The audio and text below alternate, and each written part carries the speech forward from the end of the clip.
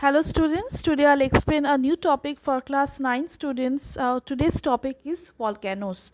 Now we all know that there are mainly two forces which are responsible for the formation of any kinds of landform on the earth's surface, that is endogenic force and exogenic force. Now endogenic force are also two types, one is diastrophic force and sudden movements. So the sudden movements bring about instant changes on the earth's surface. So these movements are two types, volcanoes and earthquakes. So let's learn the definition of volcano. So the volcanoes are conical mountains or hills possessing a crater or vent through which lava, fragments of rocks and gases are erupted from the earth's crust. Let's learn the causes of volcanic eruption. So the first point is heat and pressure inside the earth. We know that temperature and pressure both increase from the surface towards the center of the earth. Rocks are bad conductors of heat, so the earth's heat does not escape on its own. Instead, it melts the rocks and build up great pressure. The pressure forces the heat to find an escape route through a fissure or cracks in the rocks. The second point is plate tectonics. So the most of the volcanic eruptions take place near plate margins or boundaries.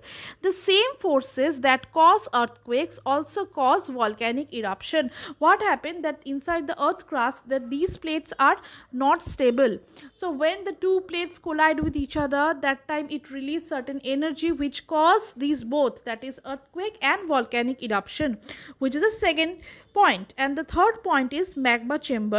Now the molten material, while still under the earth's crust, melts weak rocks and creates a huge chamber for itself. This chamber contains fresh magma. Now this molten material inside the chamber is under a great pressure, and the pressure always acts vertically upward.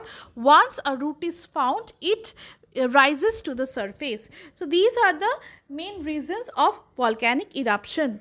Now let's discuss the products of a volcano. So a volcano erupts a number of products like steam, gases, molten rock, dust, ashes, etc. So first is magma. So the molten rock material inside the earth's surface is known as magma. So I repeat again, the molten rock material inside the earth is known as magma. Second is lava. When it reaches the earth's surface is called lava. And there are some of the solid matters also released during the volcanic eruption. These are, first is pyroclast. So the solid fragments are rock pieces known as pyroclast. The finest particles are called dust, and the small stone sized particles are called lapilli.